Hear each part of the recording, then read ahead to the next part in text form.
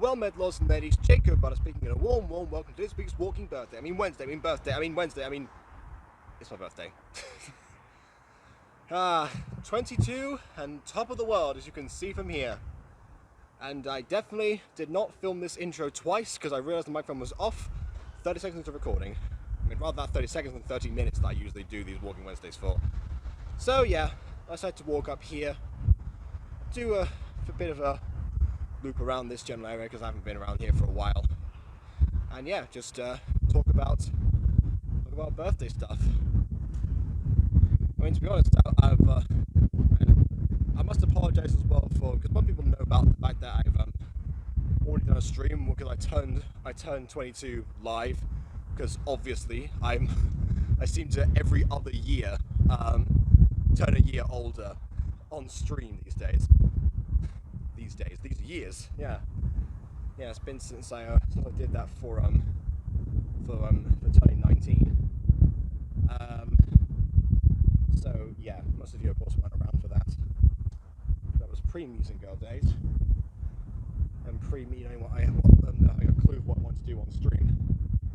If you don't know why I'm wearing the visor as well, it's because I've just been at a rehearsal for Siren Story. Yes, I did book a rehearsal on my birthday. First of all, this is probably not the best place to film. I just realized that this microphone has a filter, but it's not really a wind muff, so it's probably going to sound very, very bad. I'm in a very open space right now, higher up in the air. Then again, I do like the breeze though, actually. You know what, let me just enjoy the breeze for a second. Voila. Yes. There we go. So I don't know what this is behind me, because I mean I know that that's the cathedral, but this I'm not so sure. Maybe they have one section dedicated to Egyptian polytheism or something.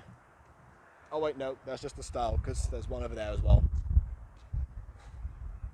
I don't really know. I can't swap the perspective around because I'm not doing a live Walking Wednesday anymore. That's not going to become the standard. I don't think I'm going to do a Walking Wednesday live all the time, because obviously I had several issues when I attempted that before, so I think we're quite literally back to our regular programming at this point. I don't really know. I'm probably going to take my chances with the cars down there, actually. Because all things considered, that's actually just slightly better.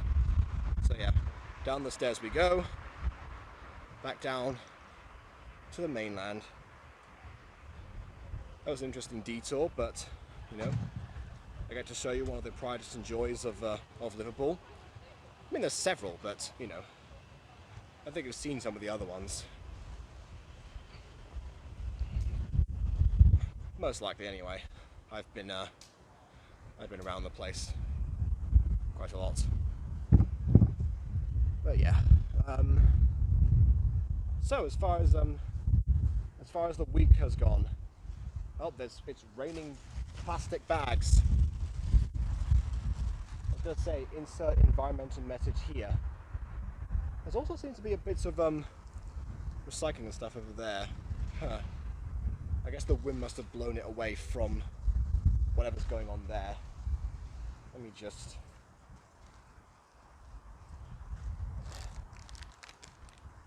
Might as well. If I don't pick it up, it's going to be here for the next 50,000 years, decomposing. So, yeah. Might as well do something. There's bits of cardboard and stuff around here too, but I'm just worried about the cardboard, I'm worried about the plastic. So yeah, there we go. Mild community service. I'm fairly certain it all came from this one container over here. So that's where it's going. Back in you go.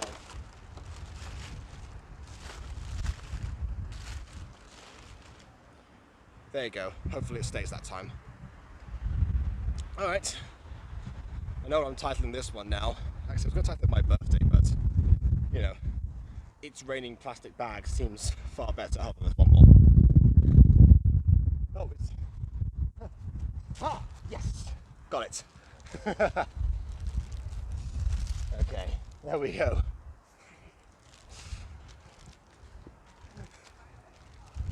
I sound like Tina Belcher there for a second. Ha! Ha! Ha! Anyway, who knows?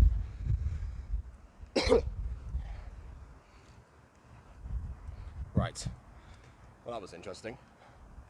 So yeah, birthday. I don't know. I've got plans for the day, actually. You know, I thought I had to send in this budget list for Siren Story, but the production manager that we've got has graciously allowed us to the end of the week for that.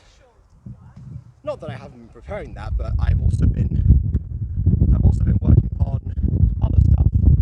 Like, for example, a video for creative writing class, a class that I later missed, and people needed permission apparently to access it. So all that time I spent awake at night trying to finish that off was essentially null and void. So coming to terms with that, certainly. I mean, that was around the same time that I was doing the Valentine's Day song. These are both Sunday moments. So there's more people now. Need to be careful with. Okay, here we go. All right.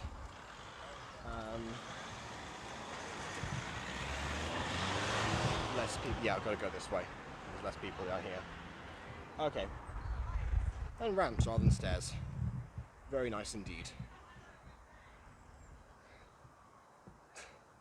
I should record Walking Wednesday with like this, most likely, but I really don't have the arm strength for it. I keep stopping enough as it is. Yeah, anyway, so I was doing the Valentine's Day song around the same time I was doing that video, so I just lost out on all the sleep that I needed at that point. But yeah, at least one of those videos, the most important one, was the one that actually got made in the end. And it seems that people have enjoyed it, but of course, more importantly, Monet enjoyed it. So I'm glad. I'm glad, because the inspiration for that was basically the fact that she liked slower songs as well. Like, those seem to be more romantic to her, so I saved that up for, because I knew already that I was going to do both a 1 month one and a Valentine's Day one, because that's what I tend to do when I'm in relationships.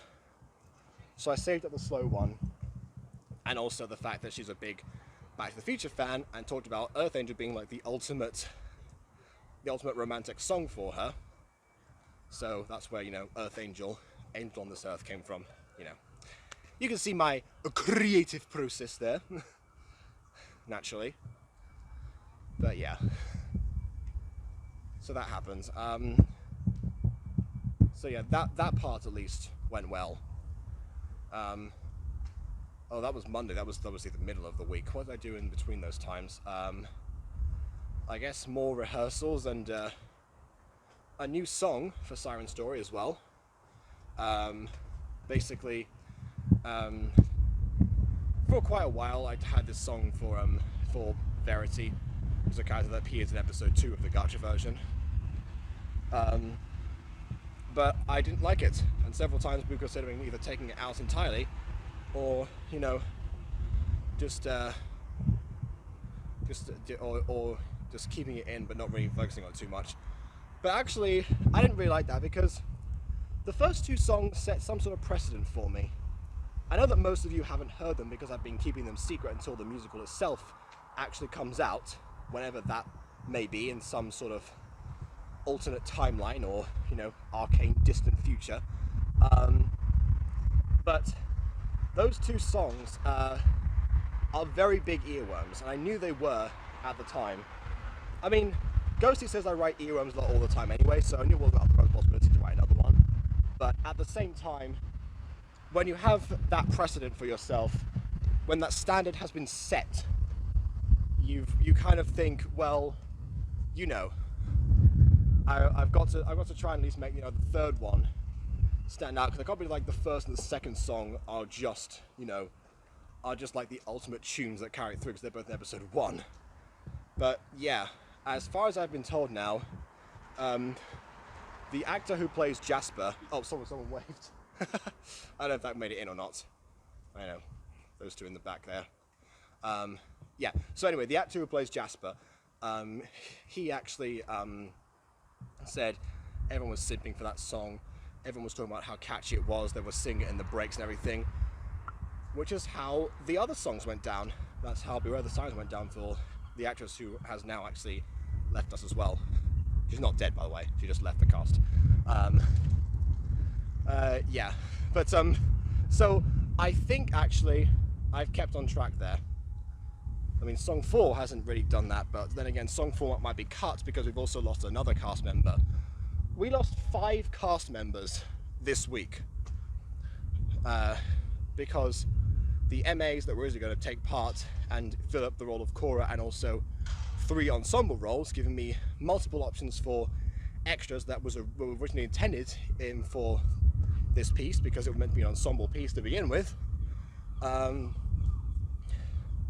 Also left because of workload, and that actress I was talking about before, one who was obsessed with Beware the Sirens, she's gone too. I guarantee she'll still show up and see it and still be singing that song, but she had to make that tough call, and eventually, you know, that sacrifice will be done. She's in another play as well, so I get it. I understand. It's just disappointing that in one day we went from having a cast of, how many of us were there?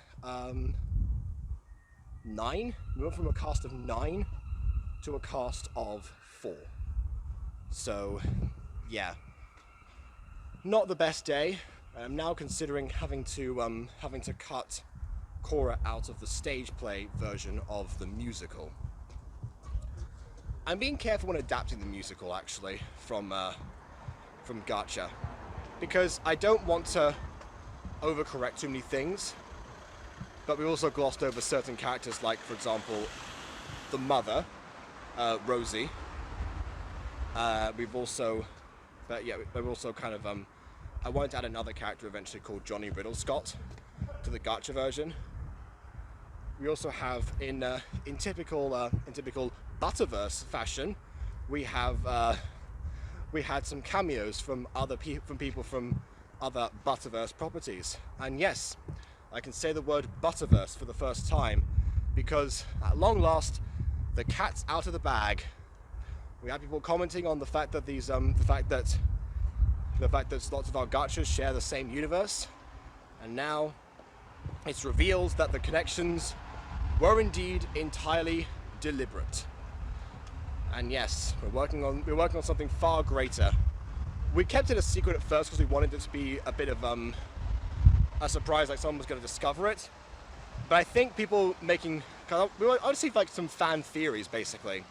That was the idea, you know, give a chance to like do something, because I don't think I've never seen a fan theory about gacha stuff before.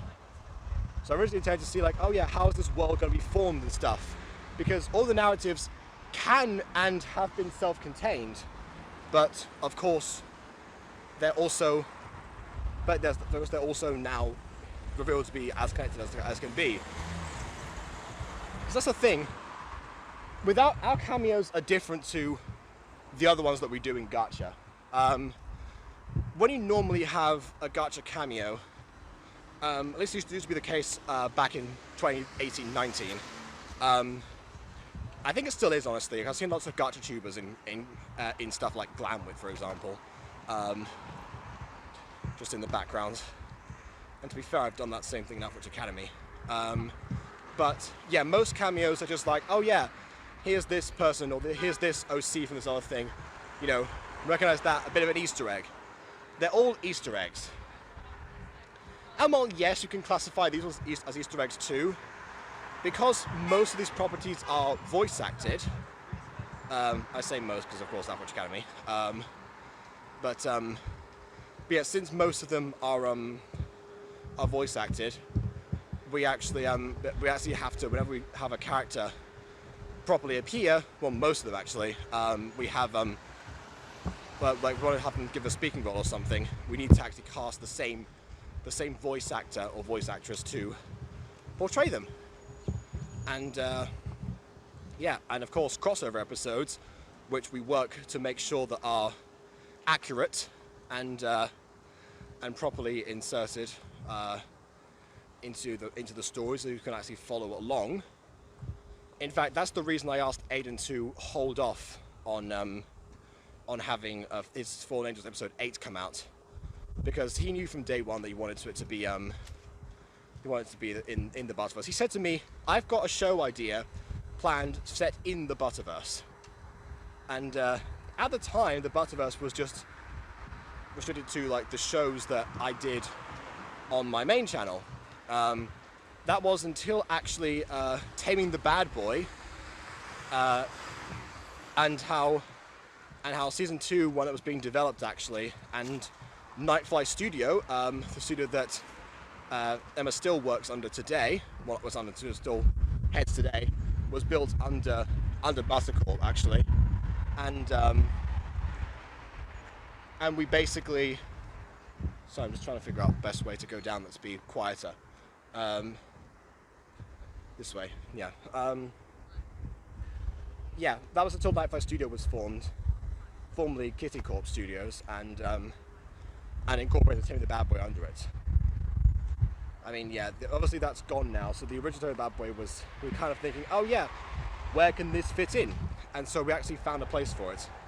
Which again, not going to say where, because I want the fan theories. I want to see how people think stuff managed to fit in, if you're brave to watch Taming the Bad Boy again. But it's also for the other shows as well. Because genuinely, we have a very strict set of rules and requirements actually in the background. And the way that I help out with scripts is very different when I'm working in Butterverse mode. It's like it's a family thing, actually. Money talked about his family thing yesterday on stream and how that's included too now, and how that's kind of changed, not structurally, but it changed as far as like behind the scenes how the story was gonna build up outside of the confines of well within the confines of the Butterverse rather than outside of them. So yeah, it's quite different, but yeah, I'm gonna keep the mechanics and the rules of the Butterverse as still company secret. But yeah, we've again, it's weird. It's therapeutic to actually have that, finally come out, and also for BB to be there at the time, because she very much wanted the Butterverse to be revealed, and she wanted to have this series that we're going to tie it in, and essentially still does. But then again, who knows when that's going to happen? That might be the way to answer whatever fan theories we come across, is just have a BB show talk about it, or BB medium actually, because she did ask what medium we'd like to experience the Butterverse in, because we want to branch out. Because yeah, I mean, I want to do a gacha comic for some time actually. That's one way of branching out, but also potentially do some book related stuff. I think that would be interesting too. So yeah, I don't really know. But yeah, I've played around with different methods of how I could write stuff like Olympus AD from back in the day. That would make an interesting four-part book series, I believe. But yeah, I don't know. One of those things.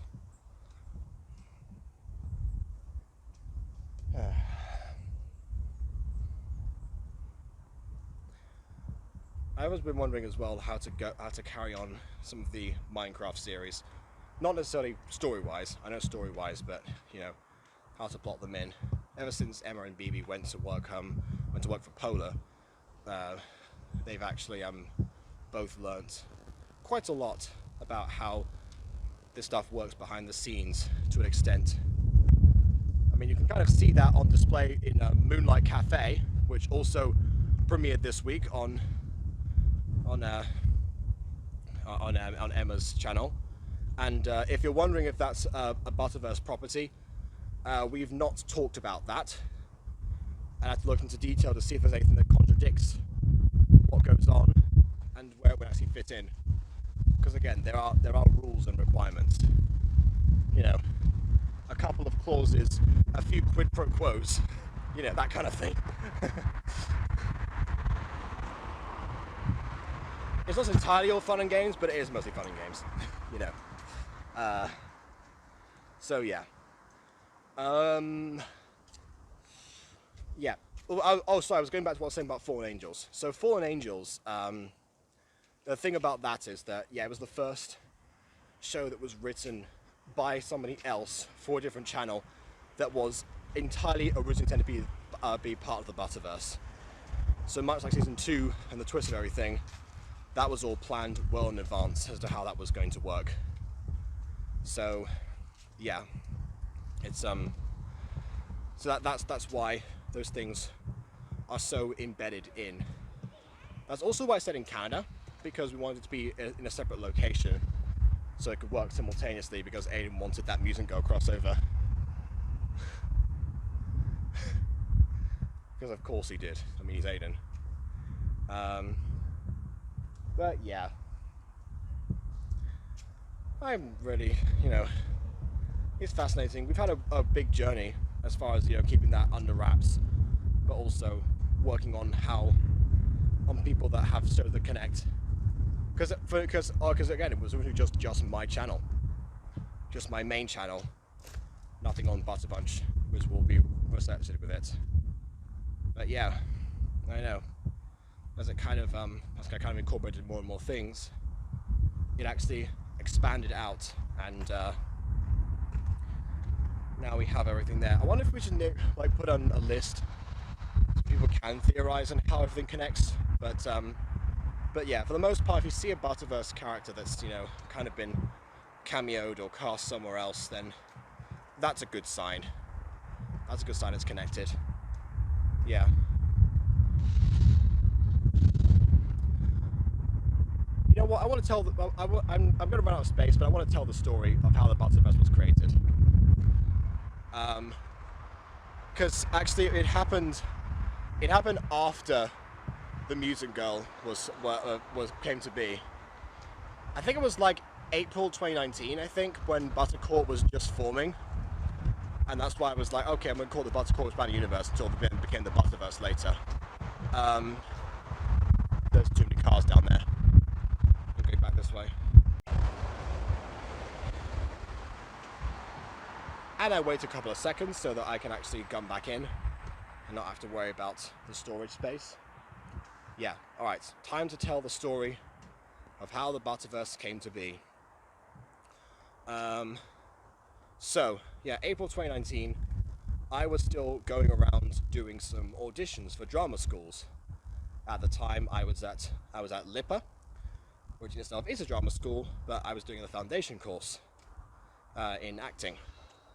And the foundation course in acting was all about, essentially, there's lots of stuff learning about different aspects of acting and everything, and that's where my obsession with Greek myth started, because our final play that we did was a compilation of Greek myths where I played Kronos. I was the narrator of everything, and I got to write everything in rhyme, I said. So yeah, again, fun stuff. But yeah, the main goal really of that foundation course was about getting us ready as actors to audition for other drama schools for the 3-year courses they do. The BA in the Baccalaureate of Arts in acting. So that was it. So throughout all the time, basically, if you had an audition, you know, you were off book, you were off time, and you were going around, and you travelled basically. You made it over there to wherever you need to go. I think I had to go to London. There's scaffolding on 2 sides. There's drilling on 2 sides of this road. Good grief! I thought it was gonna be quiet down here. The other bus is 699 University. Not really helpful. There's lots of universities around here. Anyway, so yeah, this particular time I actually had to I was actually auditioning for the Royal Central School of Speech and Drama. Didn't get in the end, but again, I was off from Liverpool to London, so I was actually halfway there on the train station. I've been mulling over the idea to myself the previous day, But I finally actually decided, okay, well, you know what, we're going to do this. And at the time, Jaden slash Broken slash Artemis slash, I don't know. You know the person if you know the person. Oh, sorry, I can't cross yet. There's too many cars. Look at this.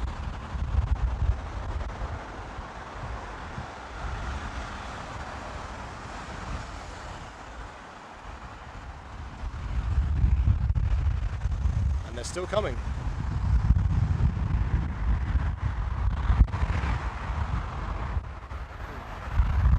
That light was green for quite some time though, but I want to go this way. I mean, by Liverpool standards, that light was green for an eternity. Oh, and now the other side coming.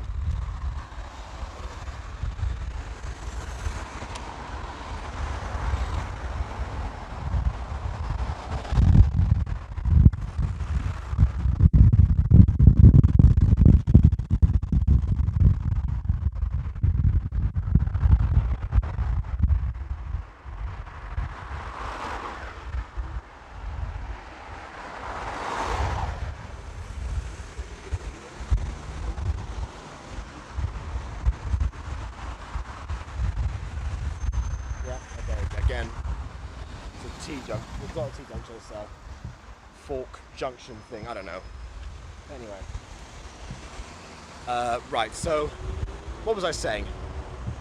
I was saying that, yeah, I've been mulling over, then Jaden at the time was talking to me about, I think at the time she was referring to herself as Jade, so that's I guess what I'll say for this story. So, Jade had actually proposed a story to do together, basically. It was going to go on my channel, again, because, you know, we hadn't expanded this out when we thought of this idea, so we were not expanding out to other channels. It was going to be a series called Terminal, actually. Yeah, I'm so glad we didn't end up doing this in the end, because this is going to be a 2019 show about a terminal illness that spreads around and starts wiping out a lot of humanity. And it was all about the first patient of this illness. Yeah, I'm so glad we didn't do that in the end. Yeah. Bear in mind, we had a full year before it was going to become problematic, let's say. But, you know, again, in hindsight, I'm glad this didn't go anywhere. I like the show in principle, but again, this is where the time when I started to see the different the creative differences as far as Jade and I were going. So we had frequent talks between each other about how we're going to go about doing this. I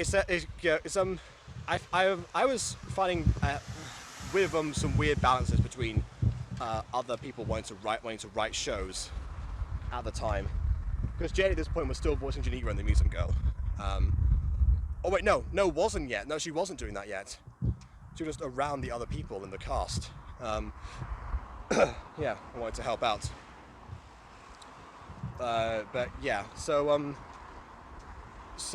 basically, yeah,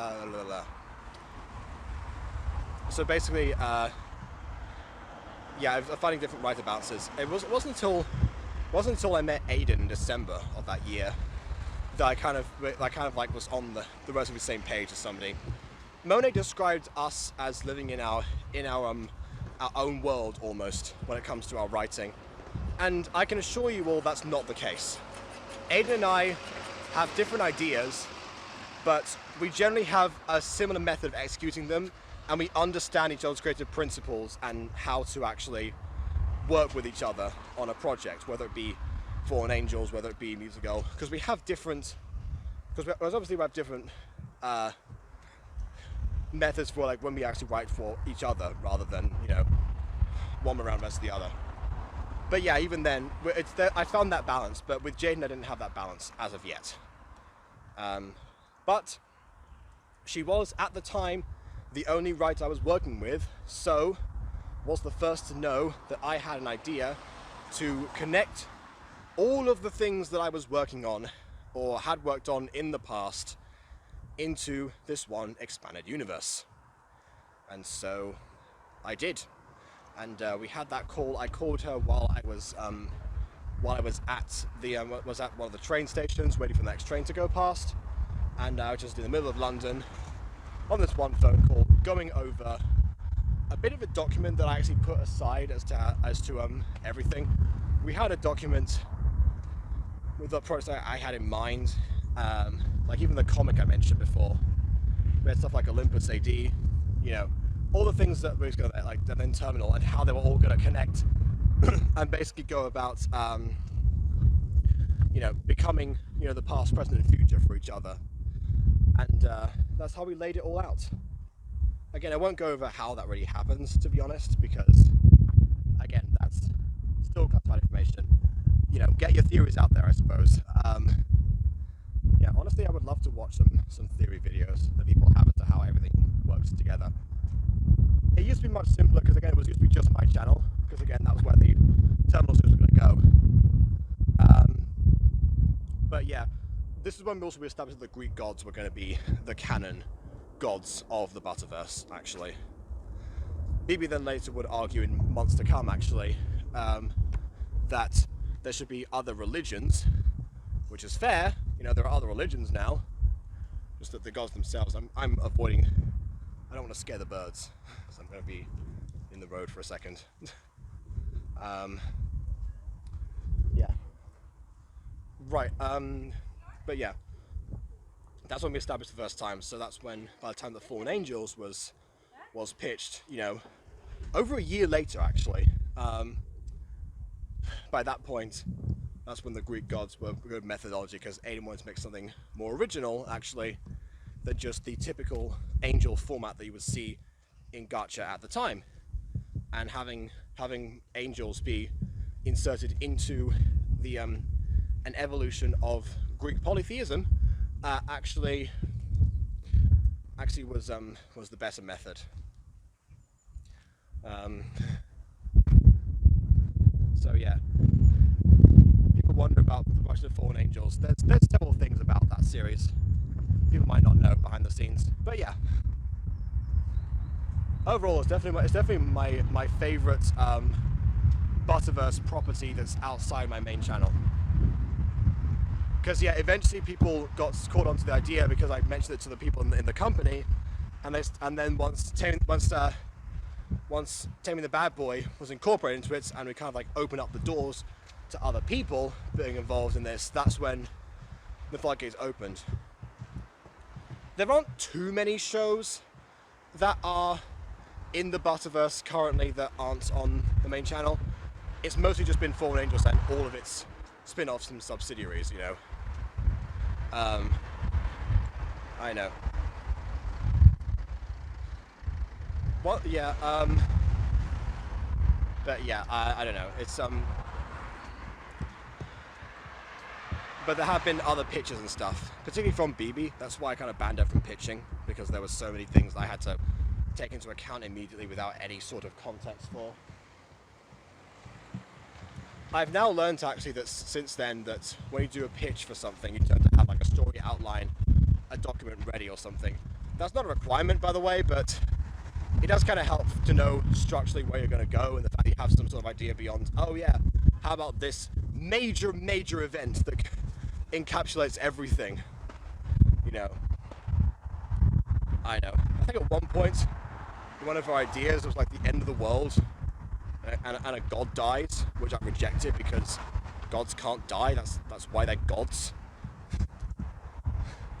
Unless Aiden's going to invent godly weapons, you know.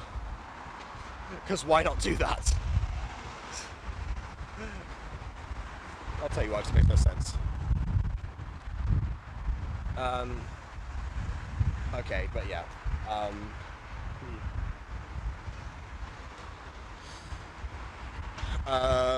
Okay, I think that's where we're up to at this point, basically. There aren't that many. One thing I will say is not in the Butterverse, actually, is Minecraft Adventures. Because that, actually, because it was a series where, you know, we break the fourth wall, where it's, where we play ourselves in different forms, and where we have different versions of, when where there's an actual multiverse and everything. That is set in the Aidenverse, which is a multiverse that he has for stuff like Heartpoint Family Farm and lots of his old stuff like that, like Other Worlds, Minecraft Adventures, those things. You know, everything that falls under like the umbrella of, you know, the watchful eye of Zinnius. Kind of works a little bit like Aftermath shows,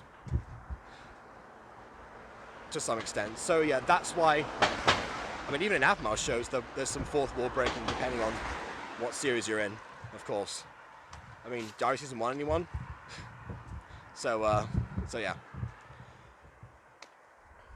But yeah, I'm glad I got that all off my chest now, actually. Because yeah, I've been holding on to that one for some time. Again, we plan stuff very far in advance for everyone. But yeah, we still want to make everything so that they work separately. Just because we now opened up the fact that, oh yeah, this is Butterverse stuff, doesn't mean that we're not gonna focus on story. But like, our main focus really is making sure the stories are good, making sure they make sense, making sure they can be self-contained, or they can be they've seen as part of a whole outside of everything. So yeah, continuity is of course always been a big thing for us, but then again, that makes the quality of a good story as well as a good expanded universe. So yeah, I think so far, I'm just going to congratulate everyone who's been working on that for so long and keeping it a secret. You know, you can finally talk to people about it. You can finally work things through, and I know, if you're in the company, I can talk to you about the inner mechanics of how the Butterverse works in more detail. But of course I can't do that on a video because, again, I want theories. I can't win. There's wind everywhere I go. I hate today. I know, because it's my birthday. Don't hate today. So yeah, I'm going to wrap up now, find my way back, and actually get to go to the cinema with my brother later. Need to look up some stuff. So I'm going to finish here. There wasn't much of a weekly update, but then again, the week itself, there's not been much to update, really, apart from what I said already. So yeah, I finished up another Mutant Girl audio scene if you're interested in that, but mostly